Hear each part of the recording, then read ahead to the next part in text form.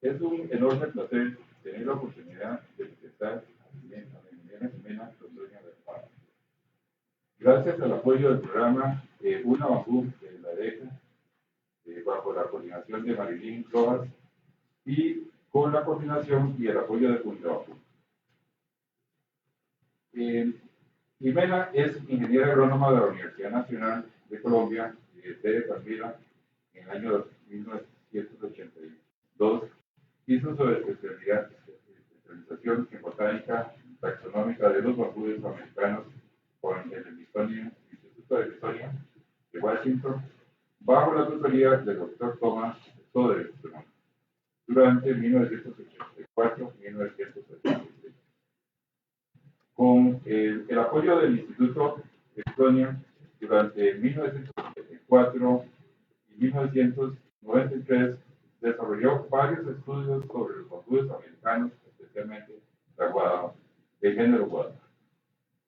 Ha desarrollado proyectos de investigación con fondos de conciencias del Instituto de la Sociedad Nacional Geográfica Nacional, la Sociedad Americana del Bambú, Iowa Universidad, la Red Internacional del Bambú y el Tratado IPAR y el Ministerio de Agricultura y Desarrollo Rural de Colombia. Con experiencias también en los campos en América Latina, pero también ha visitado y desarrollado acciones en varios países como Indonesia, China, Tailandia, India y Corea del Sur. Autora de diversos artículos científicos y coautora del libro American Bamboo, editado por el Instituto Smithsonian en 1999. Colaboradora del libro de bambú, especies forestales tropicales, en 2015, editado por Springer Internacional. Actualmente presidente de la Sociedad Colombiana del Bambú, del Comité Técnico de Guado Bambú de IOCOTEC, investigadora asociada de la Universidad Nacional de Colombia. Consultora y promotora de diversas investigaciones sobre guava y otros bambús en Colombia y América Latina, co-investigadora en proyectos nacionales e internacionales.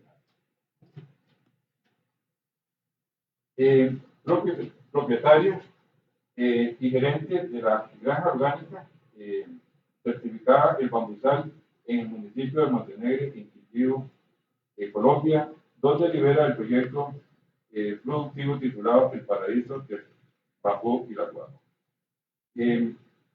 Es importante reconocer esta labor de Jimena, conocida como la Reina del Bambú, por uno de los periódicos más importantes que conoce el espectador en Colombia. En síntesis, ha dedicado su vida a los guavales. Los ha recolectado, estudiado, identificado y descubierto. Ya son 50 las veces en que las ha tenido en sus manos una especie o variedad que nunca antes había sido descrita y por tanto no se encontraba en los anales de la botánica mundial. Ha identificado algunas de ellas con los nombres de colegas de diversas nacionalidades, pero también sus colegas le han honrado bautizando 4 nuevas plantas con su nombre, como la Aulonemia Jimeniae, que crece en las serranías del Perijá, o la Hortateca Jimeniae, que dedicó su amigo botánico, el señor Luis, y que son símbolos de la inmensa contribución a la ciencia de los bambúes. Gracias, Jimena, por estar con nosotros y poder expresar sus múltiples conocimientos sobre los bambúes. Bienvenida a la Universidad Nacional de Costa Rica.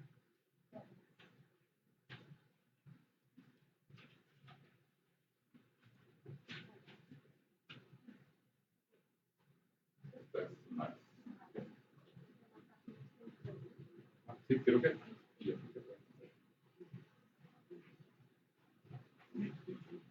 Bueno, muy buenas tardes para todos.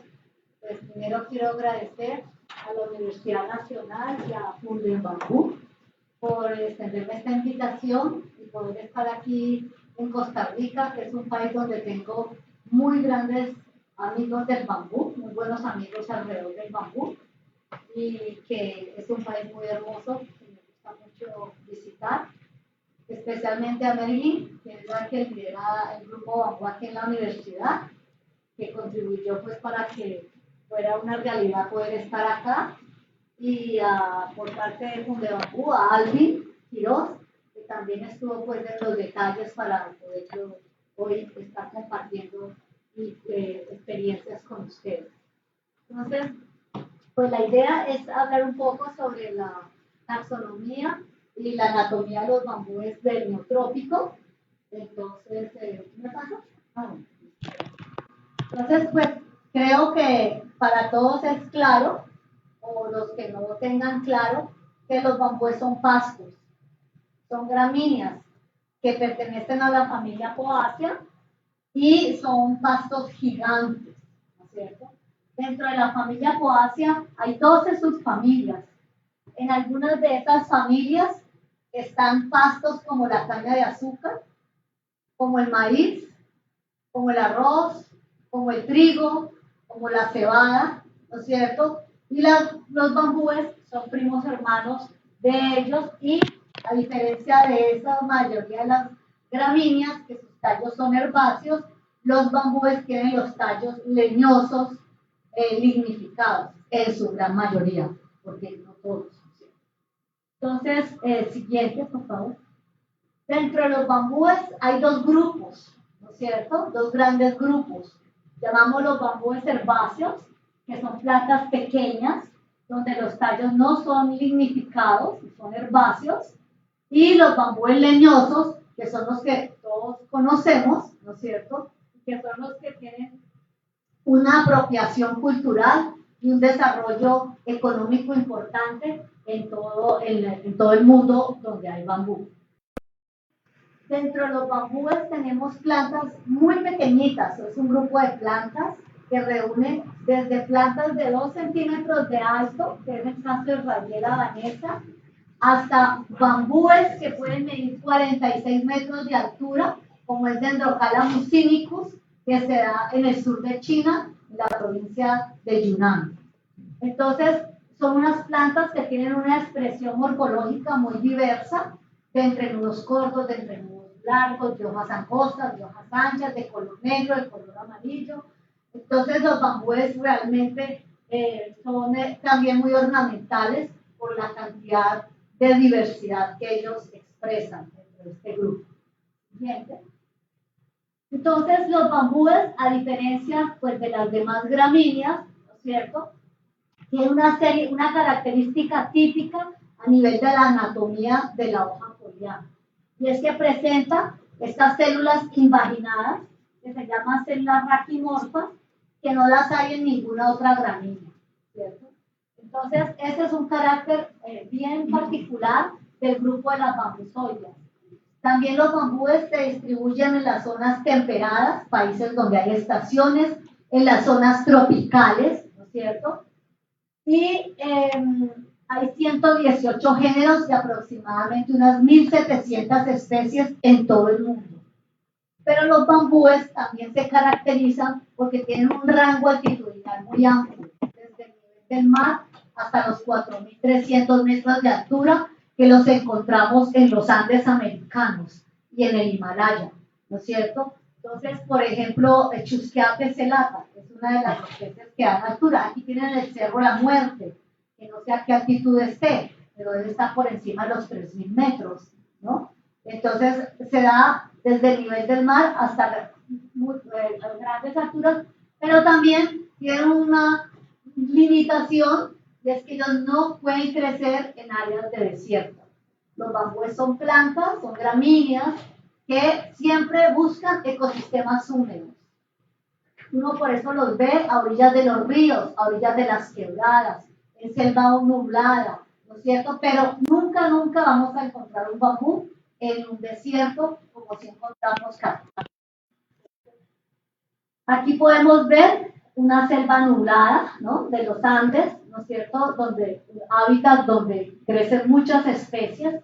tenemos estos bambúes herbáceos, es para violira, radiela y bambú leñoso como el género Chusquea.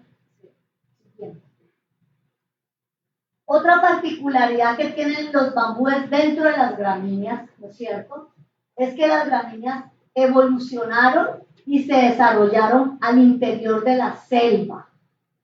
Todos sabemos que parte de la gran deforestación que ha habido en el planeta es detrás del ganado.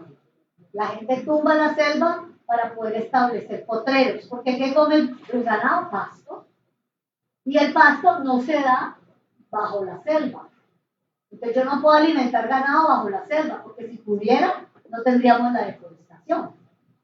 Y resulta que los bambúes son las únicas gramíneas que evolucionaron y se desarrollaron al interior de la selva. Y ellas, precisamente por pelear con la luz, por pelear y competir por la luz, es que se volvieron pastos gigantes. Esa competencia por la luz dentro de la selva. Por eso ellas tienen unas estructuras anatómicas muy particulares que después más adelante, cuando hablemos de la anatomía, se las voy a explicar. Entonces se cree que fue en el periodo Oligoceno-Mioceno que ellas empiezan su proceso segregado evolutivo. Bueno, hay un grupo que se llama el grupo filogenético del bambú, que lo lidera la doctora Lynn Clark, y nos propusimos hacer con todos los taxónomos del mundo un trabajo sobre cómo era la filogenia, cómo era la evolución al interior de ese grupo que llamamos bambusoides. Y encontramos que realmente hay tres grupos. El grupo de los bambúes herbáceos, que conforman lo que se llama la tribu Olive, estos que están acá. El grupo de los bambúes temperados, que son bambúes que toleran temperaturas por debajo de 0, estaciones, nieve, como los que hay en el Himalaya, en Nepal, en Bután, en China, Japón, Norteamérica, son bambúes temperados. Y el grupo de los bambúes tropicales, llámese neotrópico o llámese paleotrópico. Entonces, siguiente, por favor. Entonces encontramos que hay 3 tribus dentro de la subfamilia bambusoidea. La tribu líder de los herbáceos, la tribu arundinari de los bambúes leñosos temperados o de países de estaciones, y la tribu bambúcer de los bambúes leñosos tropicales. Espero que hasta ahí esté claro, no los quiero enredar mucho. Bueno, entonces en el mundo les decía que hay aproximadamente unas 1.700 especies. Todos los días los taxónomos de todas partes del mundo están aportando, entonces esa lista va cambiando. Si ayer eran 1.681, es probable que hoy amanezca 1.682. Entonces, por eso decimos aproximadamente. Los bambúes herbáceos hay 124 especies, de los leñosos temperados hay 581 especies, y de los tropicales, llámese trópico asiático, africano, americano, hay 976 especies. Pero yo voy a hablar sobre los bambúes americanos y voy a hacer énfasis en la diversidad que tenemos en América. Llámese América un continente que nace en el Polo Norte y termina en la Antártida, ¿no es cierto? Porque pues la gente que vive en Estados Unidos, no más esta semana me pasó con un señor que dije, no, es que pero es que en Estados Unidos, le dije, no, es que América no es US, América es todo. Entonces, ¿no? Cuando yo digo América, es América, ¿cierto? Bueno, entonces tenemos que de la tribu Arundinari en América tenemos 3 especies y un solo género, que es el género Arundinario. Dentro de la tribu Bambuser tenemos 3 subtribus, Arthrospililine, Chusquine, Guaduine, y esas suman 22 géneros, para un total más o menos de unas 300 y pico de especies. Y en los herbáceos tenemos 22 géneros y 123 especies. O sea, en total en América, desde Norteamérica hasta Chile, tenemos 549 especies reunidas en 45 géneros. Entonces ahora puntualicemos Costa Rica, ¿no es cierto? Yo nunca he hecho trabajo de campo, sí, he hecho un trabajo de campo en Costa Rica con Lynn Clark, alguna vez, por eso conoció el Cerro La Muerte y otros sitios, pero más que todo en altura, porque ella es experta en los bambúes de tierra fría. Y en Costa Rica podemos decir que hay 7 géneros de bambúes leñosos que reúnen 42 especies. Y hay 6 géneros de bambúes herbáceos que reúnen 10 especies. Dentro de los géneros leñosos tenemos el género Arthrostylidium, el género Aulonemia, el género Chusquea, el Litrostachys, Guadua, Merostachys y Ripidoclado. Y dentro de los géneros herbáceos tenemos Arberella, Cryptocloa, Olira, Litagne, Pariana y Paralbolina. Entonces digamos que Costa Rica es un país rico en diversidad de bambusoides, a pesar de lo pequeño, tiene una gran riqueza natural.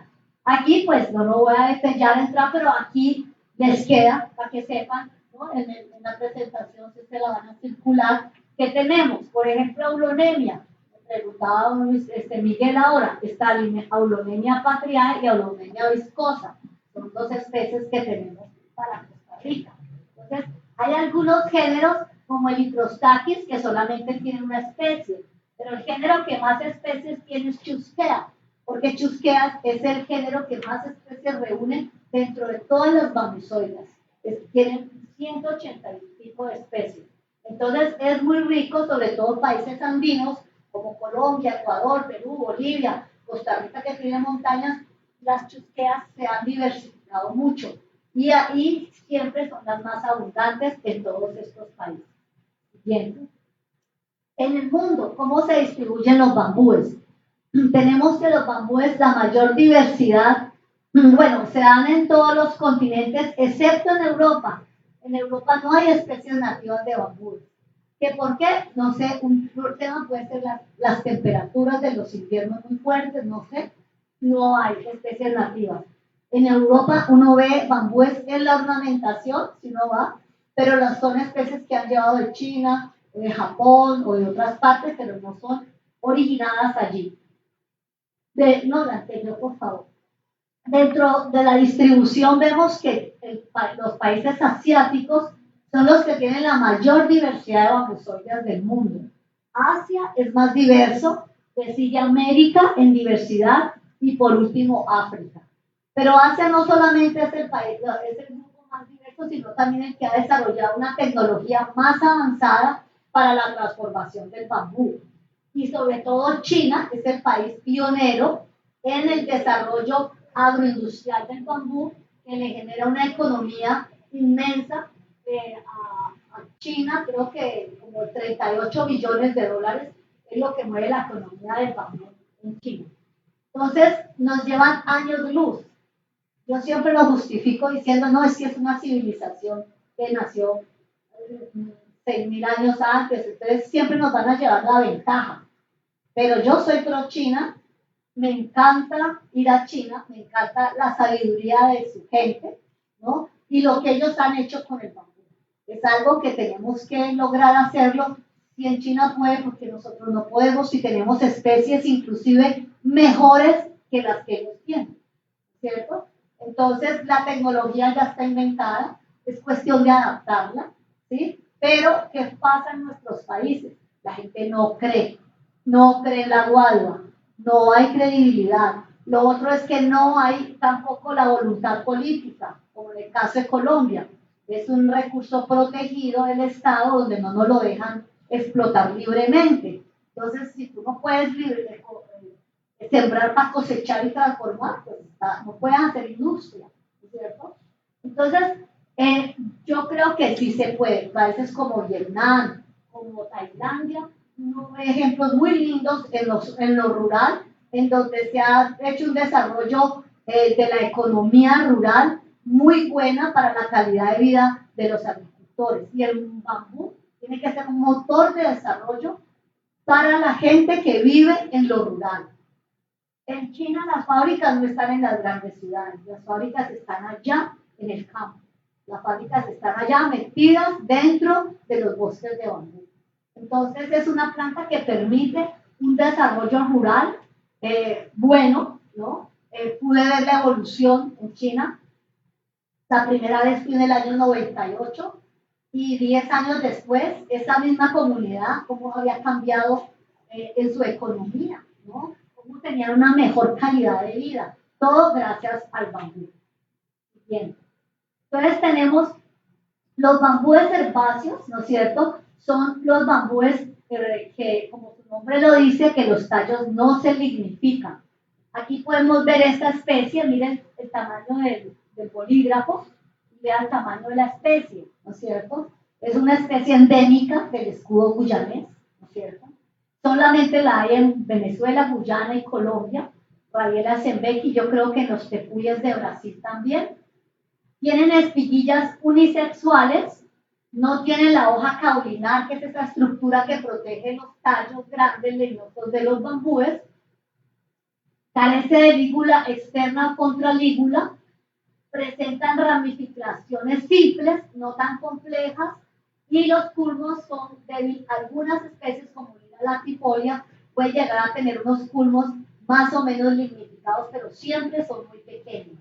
Son bambúes que no pasan de este diámetro de tamaño, ¿no? Hay 23 géneros en el mundo y 124 especies. E increíblemente, América tiene 22 géneros y 123 especies. Solamente hay una especie y un género en Nueva Guinea.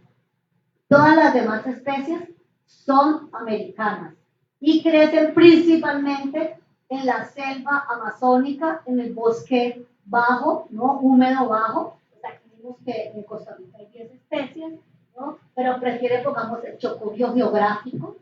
No se da tanto en la parte andina, sino en la parte de bosque, de selva húmeda tropical. Siguiente. Aquí vemos ejemplos. Esta es una Litagne humilis, que es muy común verla en Costa Rica, también la hay en Nicaragua. Esta es una rabia de Brasil. Esta es la Olida latifolia, que es la más común de todas, se da en todas partes. Y podemos ver que estas plantas, yo que por ejemplo tenemos ahora un proyecto en la Amazonía y son de allí, la comunidad no las identifica como bambúes. Es muy difícil que la gente reconozca eso como bambú, porque no da tallo leñoso. El concepto de bambú para uno es una caña, ¿no es cierto? Entonces íbamos por ahí a pie, en la moto, a caballo, las pisaban, decía, ¿ustedes sí saben que están pisando? Eso que están pisando se llama bambú herbáceo. Entonces, ellos no identifican que es un bambú, pero ellos sí tienen usos para esas plantas. Entonces dice, sí, esa planta, una comunidad huitoto, esa planta cuando el tigre sale a ramonear, es la que el tigre le gusta comerse, porque se purga. ¿No han visto que los gatos se purgan y los perros se purgan con pastos? Entonces, al tigre le gusta la piresia simpónica cuando sale a purgarse. Entonces, ¿qué hicieron ellos? Como el tigre se purga, cogieron y hicieron un brebaje y a los niños los purgan con ese bambú, ¿no es cierto? Porque esa es la planta que purga el tigre. Pero ellos no sabían que eso era un bambú, ¿cierto? Este, por ejemplo, es increíble porque da unas varitas fuertes, liquidificadas, y es un pitillo perfecto. Entonces yo les decía, miren, el mundo es ávido de pitillos biodegradables. Y ustedes aquí en la selva tienen la solución. Esta especie es fantástica. Miren, y empecé a cortar y había una niña como unos 7 años, 8 años, que insistió que quería ir a la selva conmigo. Yo dije, es peligroso, que bueno, pónganle botas, pónganle guantes. Pues bueno, cuando yo estaba hablando diciendo, es que este bambú es, y ya les había una bolsita con agua, ya la había perforado con el bambucito, y me dice, mira, y ya se estaba chupando la bolsa de agua con el pitillo de bambú. O sea que es real, o sea, son plantas que están allí en la naturaleza, que nosotros tenemos países como Costa Rica, Colombia, son países muy diversos, tenemos una riqueza natural admirable, ¿no es cierto? Y no sabemos qué hacer con la riqueza, la desconocemos y nos morimos en un mar de riqueza. Entonces yo ya les dije, sáquenla de la selva, llévenla cerca de la casa, cultívenla. Ahorita que volví, ya me tenían 200 pitillos. Y tengo cantidad de amigos que tienen restaurantes, me dicen, tráiganos, le compramos todo lo que produzcan. Entonces, ellos no tienen alternativas económicas, pero mire, ahí están, ¿cierto? En estas especies, ellos ni siquiera reconocían como bambúes. Siguiente. Entonces, en medicina, como alimento para animales menores, porque botan muchas semillas, entonces los pajaritos, los roedores las están comiendo, distribuyendo, como plantas ornamentales. Por ejemplo, en mi paraíso, el bambú la guadua, este es un Dittagme pauciflora. Todas estas bolitas son bambúes herbáceos, ¿no es cierto? Como pitillos biodegradables. En la fase 2 del proyecto que tenemos en la Amazonía, vamos a hacer unos estudios fitoquímicos, porque hay muchas especies, para ver cuál puede ser el uso, ¿no? Porque allá las distancias son zonas muy alejadas, muy abandonadas del Estado, cualquier cosa que uno saque de allá cuesta, entonces hay que darle altísimo valor agregado para poder que sea significativo económicamente para ellos. Entonces, una de las objetivos próximos es estudiar esa fitoquímica de esos bambúes herbáceos. Siguiente. Ahora vienen los bambúes leñosos. Los leñosos son los que todos identificamos como bambúes, con sus tallos lignificados, nudos, la distancia entre nudos, se llama entre nudos, ¿no? Esto es lo que llamamos hoja caulinar, que son las hojas que protegen el tallo, ¿no? Y existen 1.557 especies en 96 géneros en todo el mundo. Los bambúes leñosos, siguiente por favor, se distribuyen en todo el planeta, pues digamos, pues igual, excepto en Europa, ¿no? Y hay unos puntos de diversidad, como es la región andina, como es la parte de la mata atlántica en Brasil, como es la isla de Madagascar, como es China y Indonesia. Digamos, son puntos de alta diversidad y endemismo. Siguiente. Se caracterizan porque tienen rizomas complejos, ¿cierto? Todos conocemos, o espero que todos hayan tenido la curiosidad de ver qué hay debajo de ese tallo, de ese culmo. Entonces, hay una estructura grande que se llama rizoma, que algunos allá en Colombia decimos caimán o lagarto, ¿cierto? Que tiene la forma así. Le dicen botánicamente paquimorfo, porque tiene la morfología de un paquidermo, o la pata de un elefante, ¿no? Entonces, son rizomas complejos, todos están conectados entre sí. Los culmos, que se dicen culmos porque no son árboles, ¿cierto? Son gramíneas gigantes, ¿no? Y la anatomía del culmo y la anatomía del rizoma es igual, son lignificados y generalmente huecos, pero hay muchas especies con los culmos macizos. Las hojas son bien diferenciadas, las hojas caulinares son bien obvias, bien diferenciadas. La lígula en la hoja del follaje tiene con la lígula externa presente, únicamente no tiene interna. Y tiene espiguillas con los dos sexos. Las herbáceas eran unisexuales. O sea, la flor femenina está en un sitio, la flor masculina está en otra parte de la mata. En los bambúes leñosos, la flor viene con el ovario y los estambres juntos dentro del mismo flósculo. Entonces, esa es una gran diferencia. Y tienen ciclos de floración gregarios que siguen con la muerte de los padres parentales. Ustedes ven esta mata, floreció, se murió. Eso es común verlo. Esta es una chusqueada de Chile, Valdiviensis. Es común verlo en muchas especies. Esa floración se llama floración gregaria. Pero no todos los bambúes tienen floración gregaria. Hoy en la salida de campo por la mañana les explicaba. Esta floración es como si fuera un genocidio colectivo. Llega el momento en que dice genéticamente ustedes florecen cada 35 años. Y todos los individuos de esa población, no importa dónde estén, si yo me llevé la mata de Chile para Estados Unidos o para India, llega la hora de florecer, es algo, un reloj biológico que tienen. Todos los individuos de esa especie, no importa dónde estén, florecen y se mueren. Y producen millones de semillas sexuales y empieza otro ciclo de 35 años o de 45. Inclusive dicen los japoneses que la ceremonia del té en Japón nació de la floración de un bambú, porque era un bambú que había en el templo del palacio del emperador. Y había visto pasar 4 generaciones cuando floreció. Entonces, cuando floreció ese bambú, se reunieron todos los descendientes, hicieron una ceremonia y ahí nace la ceremonia del té, ¿no? De una planta que vio pasar 4 generaciones, porque tiene un ciclo de floración de 120 años.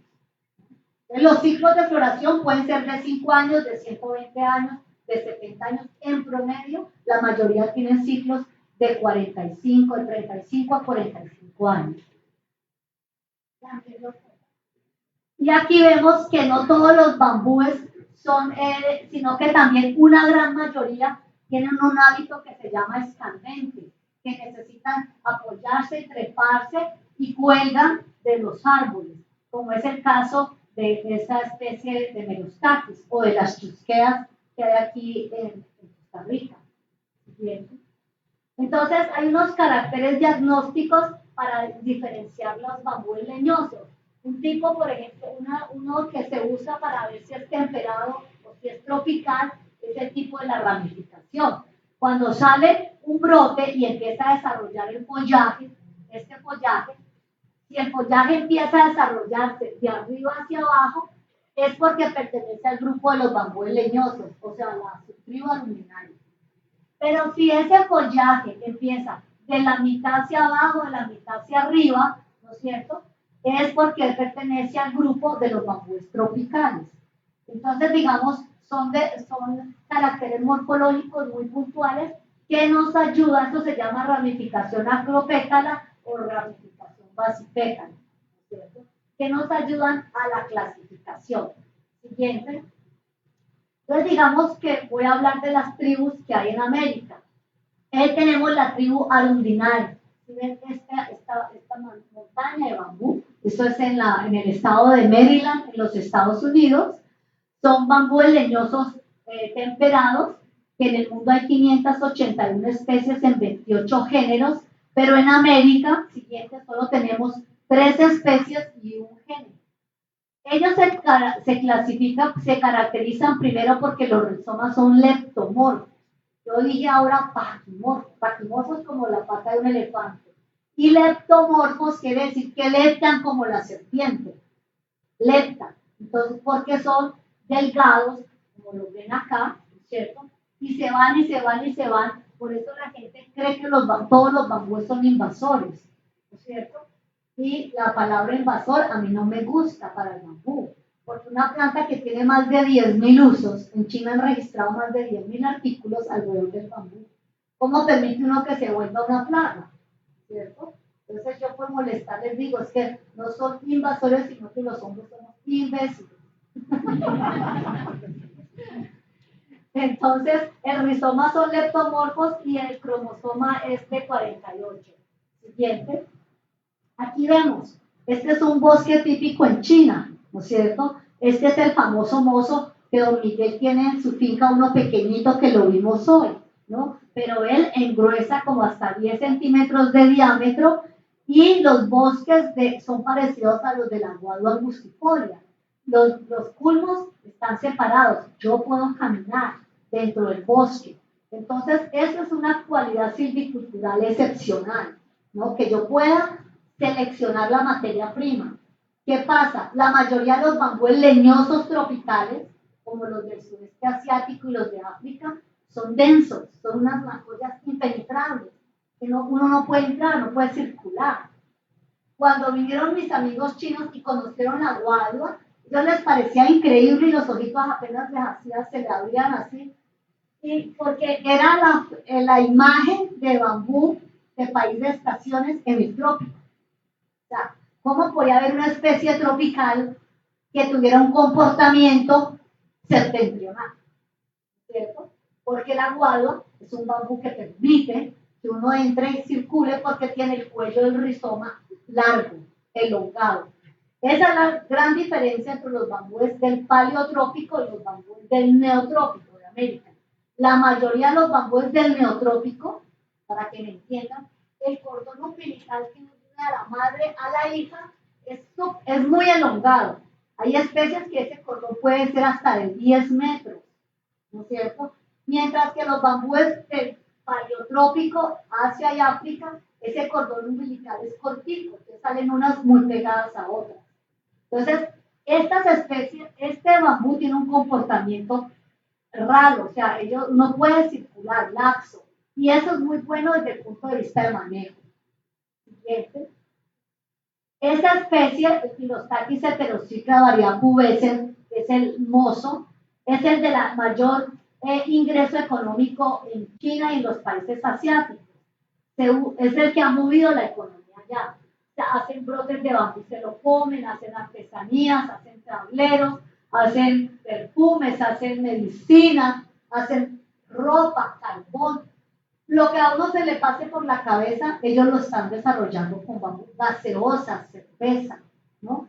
Entonces, digamos que es el motor de la economía del bambú en Asia. Siguiente. Ahora, en América, tenemos de ese grupo de bambúes temperados, solo tenemos 3 especies. Hacerle clic, por favor. ¿Qué es? La, para que pase hacia arriba, que son las 3 especies. La barbita de ahí está. Ahí. Arundinaria gigante, arundinaria tecta y arundinaria palachiana. Antes, hasta hace unos pocos años, una alumna de LIM, de la Universidad de Iowa, estudió este grupo, porque arundinaria eran los pocos géneros que se compartían con Asia. Entonces decíamos, solo hay un bambú de una distribución o sea, que se da en Asia y se da en América. Y era el género arundinaria. Después de ese trabajo genético de esta niña, encontró que arundinaria solamente es de América y esas otras especies que se parecían a arundinaria pasaron a ser parte de un nuevo género que se llama Kuruma. Entonces, hasta hace muy poco, hasta hace unos 10 años, encontraron una especie nueva en los Apalaches. Por eso le pusieron arundinaria apalachiana, porque crece en los Apalaches. Este bambú está casi extinto en los Estados Unidos, ya quedan muy poquitas poblaciones, ¿cierto? Prefiere ecosistemas pantanosos y se da desde Texas hasta Maryland y por debajo de los 200 metros de altura. Pero hay unas fotografías lindas en blanco y negro en el Smithsonian de viejos a caballo al frente de esos bosques inmensos de arundinaria que habían antes, pero con el desarrollo y todo el tema ya no quedan casi. Ahora los bambúes leñosos tropicales siguientes son los que tienen la importancia económica más grande dentro de los países tropicales, llámese el sur de China, sudeste asiático, parte de la África y toda América, desde México hasta el trópico, subtrópico, porque es los que la hemos transformado en vivienda, lo hemos transformado en muebles, lo hemos transformado en artesanías, en paneles, lo hemos usado en lo rural para todos los procesos agroindustriales, ¿cómo se llama? Sí, agrícolas, pero agrícolas y ganaderos, corrales, gallineros, para los caprinos, que siempre ha estado ligado al desarrollo rural de nuestras comunidades campesinas. Siguiente. Pero de estos leñosos en el neotrópico hay 405 especies agrupados en 21 géneros. Y podemos ver que se da desde esta parte norte de México a lo largo de todo Centroamérica hasta Chile y las islas del Caribe. ¿Cierto? ¿Me dejas ver ese mapita? Qué pena para señalar algo. Lo anterior. No, va por adelante. Ahí en el mapita. Aquí, por ejemplo, en el único país de América que no tiene bambúes es Canadá. A partir de Estados Unidos, todos los países tienen bambú. Entonces, estos bambúes leñosos tropicales se han agrupado en 3 subtribus. La subtribu Archrostilidini, que tiene 186 especies, la subtribu Guaduine, donde está la guadua, tiene 55 especies, y la subtribu Chusqueine, donde está el género Chusquea, con 182 especies. Entonces, voy a hablar de cada subtribu rápidamente para que tengan una idea de esa diversidad tan grande que tenemos. Dentro de esta subtribu Archrostilini hay 15 géneros y, como decía, 186 especies. Uno de estos géneros, como estos cuatro, Albinia, Archrostachys, son endémicos de Brasil, solamente se dan en Brasil. Hay otros que tienen una distribución más amplia, ¿no es cierto? Como y otros que tienen una distribución mucho más restringida, que por ejemplo comparte Brasil y Argentina, del sur, o Colombia y Venezuela, o así, es mucho más restringido. Entonces, estos bambúes de la subtribu Archrostilini son bambúes pequeños, de porte pequeño, son muy delgados, generalmente casi todos son escandentes, generalmente hay algunos de estos, pero son muy delgados. Los rizomas son paquimorfos, pero de cuello corto. Hoy en la finca de Miguel vimos Rhipidocladum, ¿no es cierto? Es de este grupo, vimos que era delgado, ¿no es cierto? Los culmos son en la base erectos, pero luego pueden ser trepadores en la parte media y superior. Las hojas tienen muchísimas fimbrias, sobre todo aquí en la unión entre la vaina y la lámina. El embés, por ejemplo, de la lámina foliar tiene una parte más oscura que la otra y tienen en la anatomía unas fimbrias de esclerénquima que son típicas de este subtribu. Aquí vemos, ¿no es cierto?, estas bandas como un verde más oscuro que el resto. Es característico las fibras de esclerénquima, ¿no? Las fimbrias acá, tanto en la hoja caulinar como en el follaje, que son unos caracteres diagnósticos de este grupo. Entonces, a veces a uno en el herbario como botánico, la gente lleva plantas, se lleva un pedazo de hoja, ¿sí? Muy difícil, ¿no es cierto? Entonces, una vez con mi profesor Soestro hicimos una apuesta. Entonces, me llegó una planta y dijo que eso es un Archrostilidium. Le dije, pues yo pienso que no, puede ser una guadua. Entonces digo, ¿cómo resolvemos esto? Con un corte anatómico, mirando la estructura anatómica, y entonces podemos saber si es Archrostilidini, porque tiene estas características que no la tiene ningún otro grupo de bambúes, ¿no? Las de esclerénquima. Aquí vemos algunos de los géneros. Aulonemia, que este bambú es muy interesante, se da en todos los países andinos, por encima de los 3.000 hasta los 4.000 metros de altura, y a pesar de ser un bambú de altura, es grueso. ¿Qué pasa? ¿Qué pasa en América y en la mayoría de los países? A medida que uno asciende, el tamaño de los bambúes disminuye. En las zonas calientes están los bambúes más grandes. El bambú más grande del mundo está en el sur de China, a 200 metros de altura sobre el nivel del mar. A medida que yo voy ascendiendo en los Andes, la diversidad aumenta, pero el tamaño de las especies disminuye. Entonces, para un bambú que esté a 3.500, 4.000 metros de altura, con 8 centímetros de diámetro, es muy grande para el promedio de lo que se encuentra allí.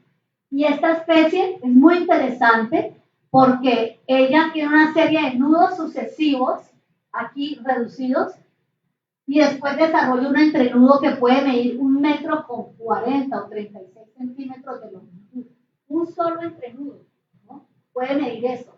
Entonces, ¿qué pasa? Es como una cimentación. Hay que tener una buena cimentación para poder estirar el edificio.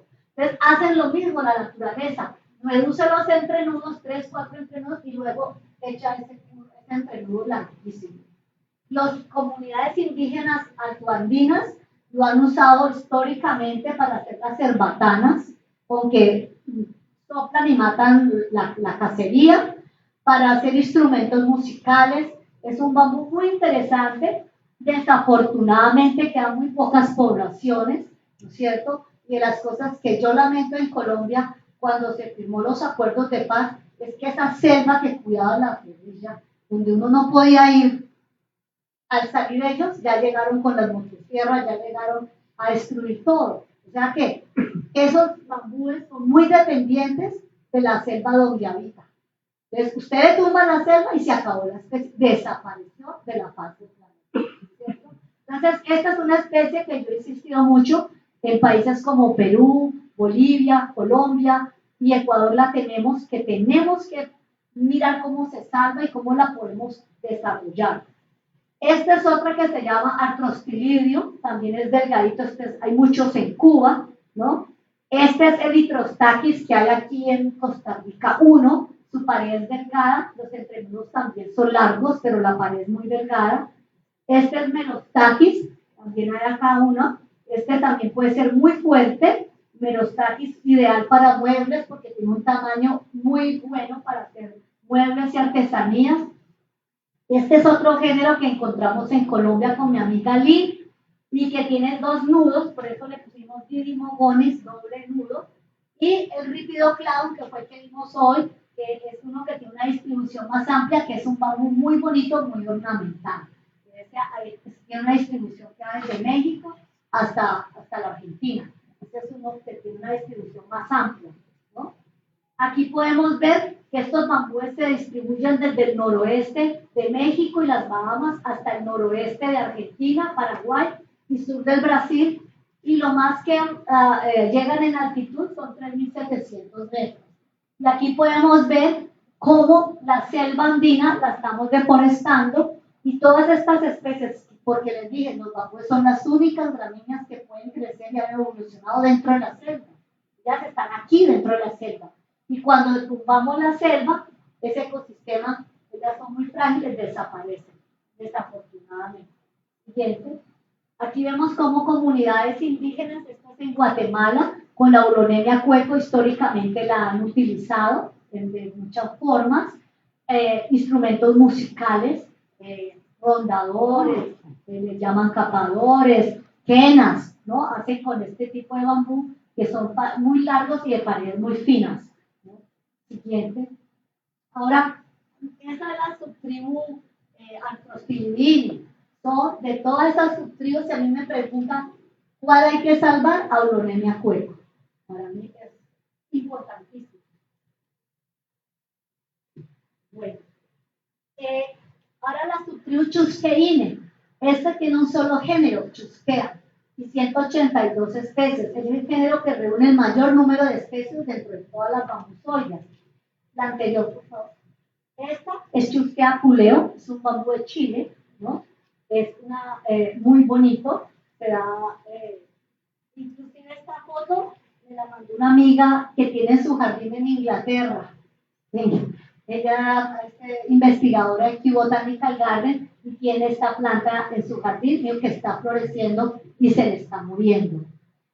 Y esta es otra especie que escribimos con Lynn, se llama Chusquea antioquensis, de la región de Antioquia en Colombia, que también es ornamentalmente hermosa, ¿no es cierto?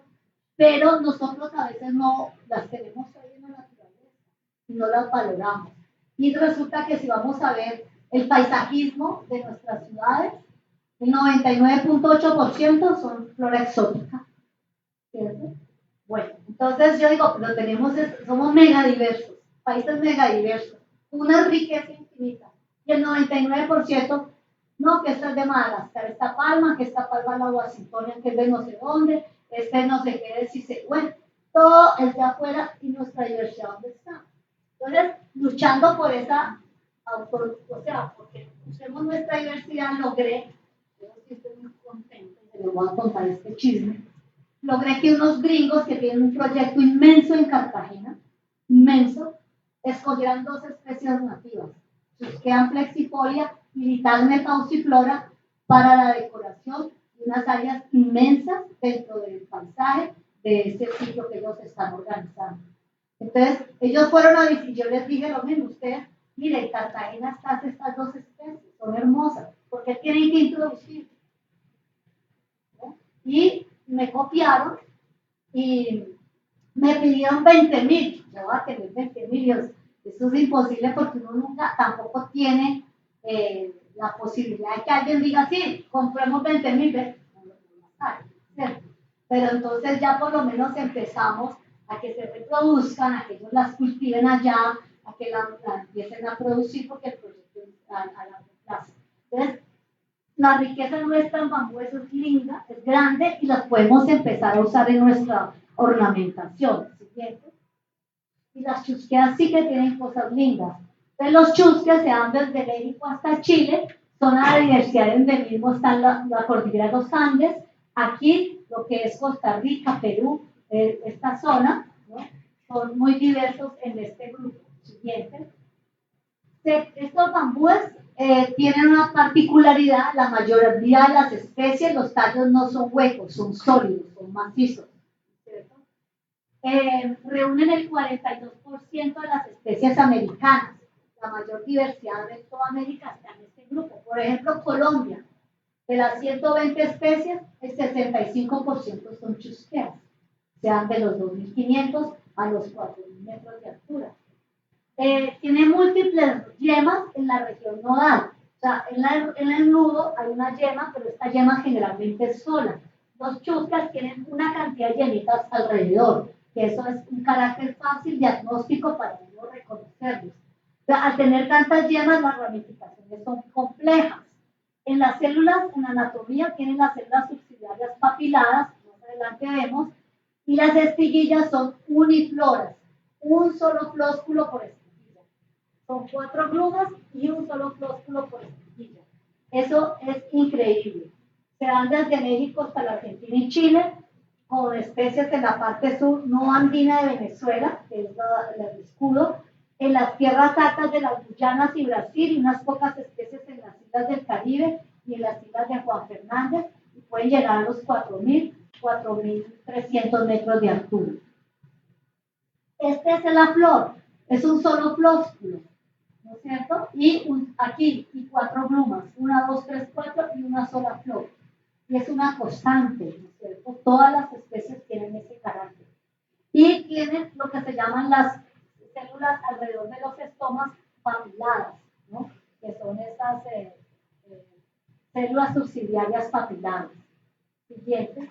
Y las ramificaciones son muy complejas. Hay especies que pueden tener 1 a 3 ramas, ¿no es cierto? Como aquella la pero hay especies que pueden tener hasta 150 o 200 ramas. Son muy complejas las ramificaciones en este grupo. Siguiente. Pues aquí está la doctora Lynn Clark, que es profesora de la Universidad de Iowa, y es la autoridad mundial no solamente en el género chusquea, sino también en los bambúes del mundo y sobre todo los bambúes neotropicales. Ella se ha dedicado, igual que yo, a la investigación de los bambúes desde la academia. Lleva muchos años trabajando con muchas universidades, ahora está trabajando con Brasil y han encontrado cantidades de géneros nuevos y de especies nuevas en Brasil. Estos bambúes del género chusquea prefieren la selva andina húmeda y nublada, ¿no? Prefieren subpáramos, este es páramo, aquí también hay algo de páramo me parece, donde están las espelepias, creo que fuera de los Andes, Costa Rica es uno de los pocos países que tienen páramos, o lo que llamamos vegetación de páramo, campos de altitudes, y hay muy pocas especies en la selva baja tropical, muy poquitas, 4 o 5 por debajo de los 2.000 metros, ¿no? Hay comunidades indígenas como los arhuacos que habitan la Sierra Nevada de Santa Marta, que usan los tallos del chusque para hacer las viviendas, ¿no es cierto? Aquí dice, y con el embutido de barro. Este se llama el Templo del Sol y son anillos circulares de chusque. Cuando uno entra es como ver un canasto invertido, es muy bonito y es construido con chusque. A veces no sabemos qué hacer con el chusque y la gente se queja que porque invaden las partes de altas, que es muy invasor, pero también se puede usar en construcción. Son muy importantes, por ejemplo, es una de las que describimos antioquensis. Yo saqué semilla, me germinaron, pero en mi finca es muy caliente. La llevé a Bogotá donde un primo y es la sensación de todo el que va a esa casa, porque es una belleza de planta. Fuera de su hábitat natural en Antioquia, está en Chía en esa casa. O sea, cuando ya la ven en la ornamentación, ya la empiezan a valorar, pero mientras está ahí, en el campo, en la cañada, no la ven bonita. Lo otro interesante que tienen los chusques es que son las esponjas de agua en la parte alta de la cordillera. Cuando nosotros deforestamos en la parte alta, el agua que se genera allí se disminuye, porque es clave ese ecosistema altoandino para la producción de agua. Esta es una foto en norte de Santander. Volví 10 años más tarde, la misma curva, el mismo árbol y ya habían deforestado. ¿Por qué? Porque con el calentamiento global la frontera agrícola se ha subido. Allí no se daba papa, ahora ya se da papa. Entonces, las fronteras agrícolas se han ido subiendo en los Andes. La gente busca tierras. ¿Qué es lo que quiere cualquier persona? Tener una tierrita.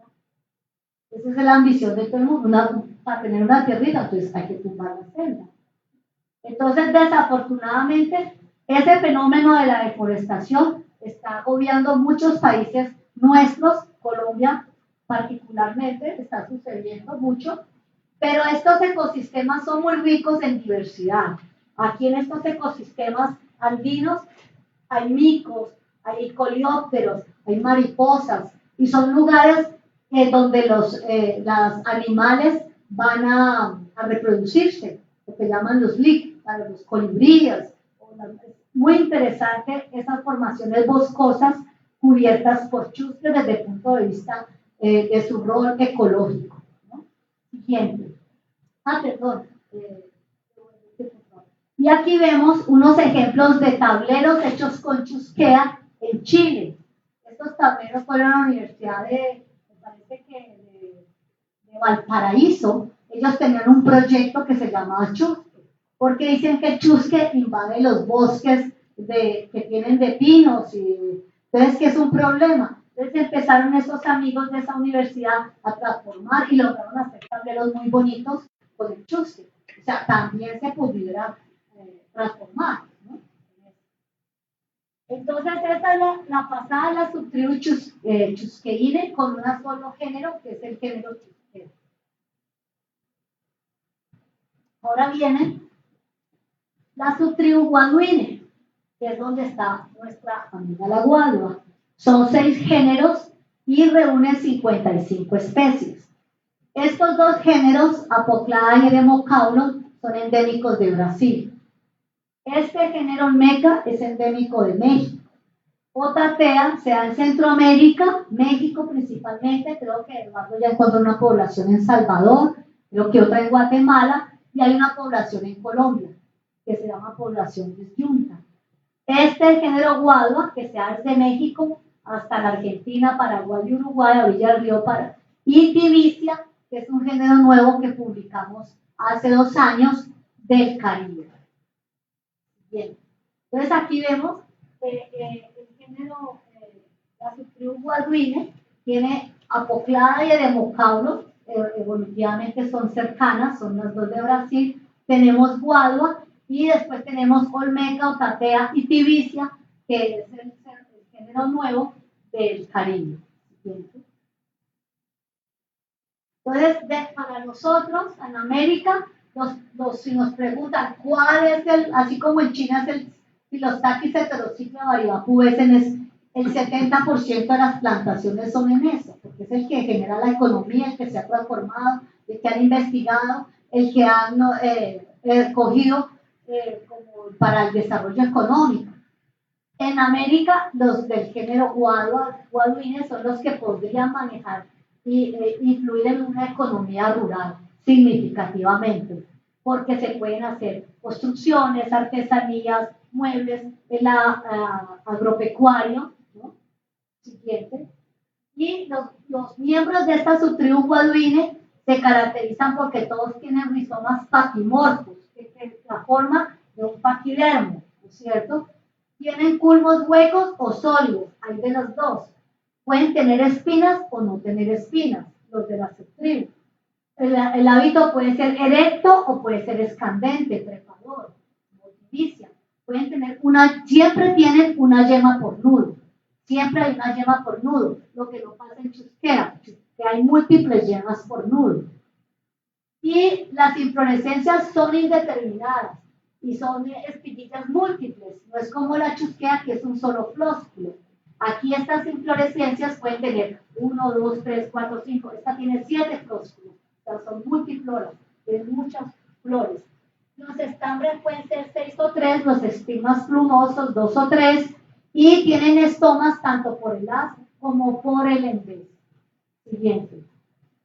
Esta subtribu se da desde México, como les decía, hasta esta parte acá del río Paraná, en Uruguay, norte y norte de Argentina, Misiones por allí, y en las islas del Caribe. Y se cree que el centro de desarrollo y de origen es la región amazónica, que es donde hay mayor especies.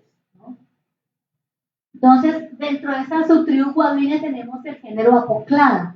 Y Apoclada se dice es un género monotípico. ¿Qué quiere decir monotípico? Que solamente hay una especie dentro del género. Hasta ahora no han podido encontrar nada que se le parezca a esto y se llama Apoclada simple. Crece en el sureste de Brasil a 2130 metros de altura.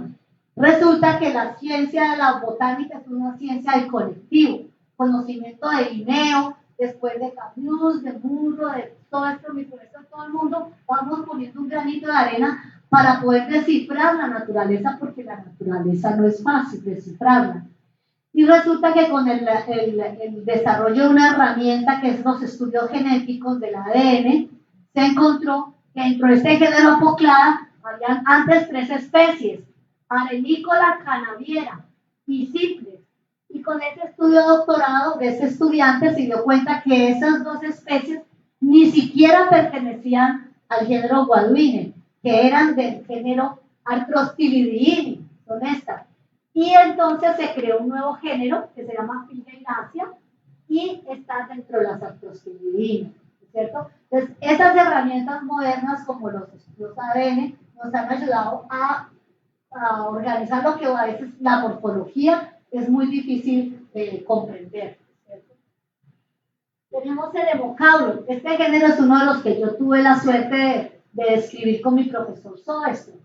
Y actualmente hay 5 especies y este año salió publicada el hemocaulo triramis, una estudiante de Brasil. Sacamos esa publicación con una nueva especie del hemocaulo que tiene 3 ramas. Este bambú es de las que yo he trabajado en el campo, durísimo. Es increíble la dureza de esta especie y yo pienso que tiene un gran potencial para hacer bastones, para hacer palancas, para hacer, porque la verdad que la resistencia de ese bambú es delgado, pero es muy, muy fino, muy fino.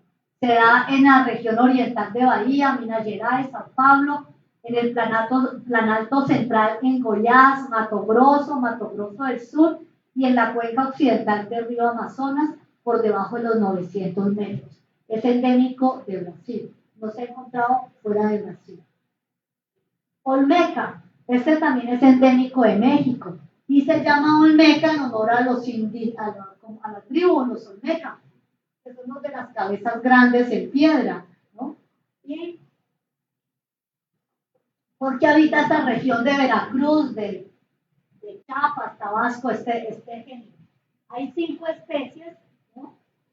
Y Eduardo Ruiz, que es el botánico mexicano, ha contribuido a enriquecer el conocimiento de este género y se da en Veracruz y Tabasco principalmente. Este género olmeca tiene una particularidad, esta pongamos olmeca recta, una particularidad y es que produce frutos carnosos. La mayoría de los bambúes, cuando producen la inflorescencia, producen una semilla. Y esa semilla es como un grano de arroz, igualito a un grano de arroz. Es un cariopsis seco. Pero algunos géneros en Asia, como Dinocloa, como Melocana, y en América, como Olmeca y Albinia, tienen géneros donde el cariopsis es carnoso, ¿no es cierto? Entonces son bambúes que tienen frutos carnosos. Eso no es común, pero eso responde y todavía no se ha podido mostrar, pero sí responde a una condición de condiciones ambientales, en zonas con altísima pluviosidad y muchísima humedad. Hemos asociado eso, ¿no? Pero no se ve, todavía no lo tenemos bien definido. Pero es un grupo de bambúes, muy pocos que tienen cariopsis carnoso como eso y se lo comen. Uno va a Tabasco y en los mercados campesinos venden los frutos de olmeca cuando hay floración.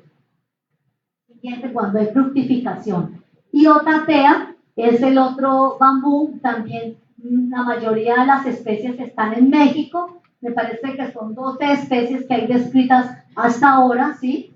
Y algunas en El Salvador, Honduras, y una especie que yo encontré en la frontera cerca de Venezuela, en el oriente de Colombia, que se llaman poblaciones disyuntas, porque ¿cómo llegó allá? Si no la hay en Costa Rica, no la hay en Panamá, no lo hay en Nicaragua, ¿no es cierto? ¿Cómo llegó allá? Pero allá se formó evolutivamente, hay una especie que con Eduardo la describimos hace unos 2, 3 años, pero desde el momento en que yo la encontré en el norte de Santander, pasaron 23 años para que floreciera. Después de 23 años de observarla, encontramos la flor y le pudimos bautizar con el nombre de Otatea colombiana, ¿cierto? Entonces, digamos que la ciencia, la botánica para los bambúes es de paciencia. Yo he tenido que esperar, esa es la que más he esperado, 23 años. Otra esperé 14 años, otra esperé 7 años, ¿no es cierto? Entonces hay que tener paciencia porque la flor es la unidad básica para identificar las especies. Y generalmente las floraciones tienen ciclos muy largos. Es probable que en mi tiempo de vida nunca lo vea florecer. Entonces, por eso el conocimiento es colectivo y más en los bambúes, porque yo en este tiempo de mi vida no floreció, pero en el otro tiempo de la vida de otro, esa especie va a florecer y se va a poder saber qué es, ¿cierto? Porque tienen ciclos muy largos, algunas especies tienen ciclos muy largos. Hasta ahora el hombre no ha podido entender eso, es algo que hasta ahora no se ha podido explicar, el fenómeno de la floración de los bambúes. ¿Cuál es ese mecanismo molecular que hace que tengan unos ciclos de floración tan prolongados y ellos tengan una memoria que les dice, señores, pasaron 70 años, florezcan pues y muéranse, ¿no? Eso es muy interesante, hasta ahora no se ha podido explicar eso. Entonces, Otatea es un bambú que tiene un gran juega un gran rol en comunidades rurales en México, de ahí los palitos de agua, un burrito que ellos hacen como un bastoncito de mano, son rizomas de Otatea con el tallito que son lindos, y es uno de y está la especie que tolera la mayor condición de sequía de toda América, que me parece que es Otatea Victoria, que Eduardo se la dedicó a su profesora Victoria Sosa. Y también dentro de este género hay una que me dedicó Eduardo, se llama Otatea Jimenal. Entonces también tengo dentro de este género una especie que me dedicaron. Entonces vemos que ella lo ha usado históricamente en los cielos rasos, ¿no es cierto? Como la caña brava, porque tiene un tamaño muy parecido a la caña brava. Lo han usado, siguiente, no sé si hay una foto con la artesanía, dale a la barrita. Bueno, aquí vemos la distribución y cómo esta población de Colombia tiene Otatea, ¿no? Y que es muy lejos de su origen, de su lugar de origen. Siguiente. Y aquí vemos algunos usos que me ha enseñado Eduardo, ¿no? Para hacer paredes, canastos. Estos burritos es que son unos bastoncitos, son muy lindos, escobas, ¿no? Y artesanías, muebles, en construcción. Lo usan mucho, en México usan mucho este bambú que les dicen otate. Comúnmente, por eso el que lo describió, McClure le puso otatea. Siguiente. Y tibicia, que es un género nuevo que describimos del Caribe el año pasado, en el 2018, es algo increíble, porque es que la naturaleza y los bambúes son unas cosas muy difíciles de entender. Con unos botánicos cubanos tengo buena relación y he ido varias veces a Cuba.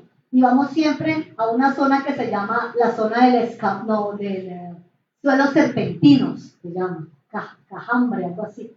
Son unos suelos muy particulares que hay allí. Y allí había este bambú que siempre se había identificado por lo delgadito, que es lo delgadito que es, como un Arthrospilidium. Y estaba descrito como Arthrospilidium farcum. Entonces, todas las veces que llego a Cuba, tenemos que ir allá a Cajalban, que se llama ese lugar, a mirar Arthrospilidium farcum. Hasta que una vez lo encontramos en flor. Y nos dimos cuenta que la inflorescencia no era de Arctostilidium, que era una espiguilla del grupo, una pseudoespiguilla del grupo de las guaduinas.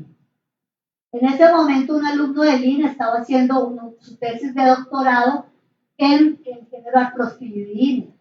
Entonces, yo había llevado de otras veces muestras de Arctostilidium factum, que era como se llamaba, y él las había metido en sus secuencias de ADN. Y resulta que le salía que no estaba allí, no cabía dentro del clado. Y cuando ya vimos la flor, pues no era, definitivamente no pertenecía a la subtribu Arctostilididae, y a pesar de tener una morfología tan rara, tan distinta, porque es la guaduina más delgada que hay, pertenecía genéticamente, por los análisis moleculares, a la subtribu Guaduine, pero no había nada dentro de esa subtribu que se pareciera a esto. Entonces nos tocó crear un género nuevo y se llama el género Tibicia, porque a los bambúes delgados le dicen tibicí o tibizales, cuando es conjunto y hay 3 especies: Tibicia farta, que todos eran Arctostilidium antes, Tibicia angustifolia y Tibicia pinifolia. Y ese bambú tiene una distribución, esta especie, sobre todo la farta, tiene una distribución amplia en el Caribe, en Bahamas, en República Dominicana, en Haití, en Puerto Rico, en las Vírgenes. Siempre que un herbario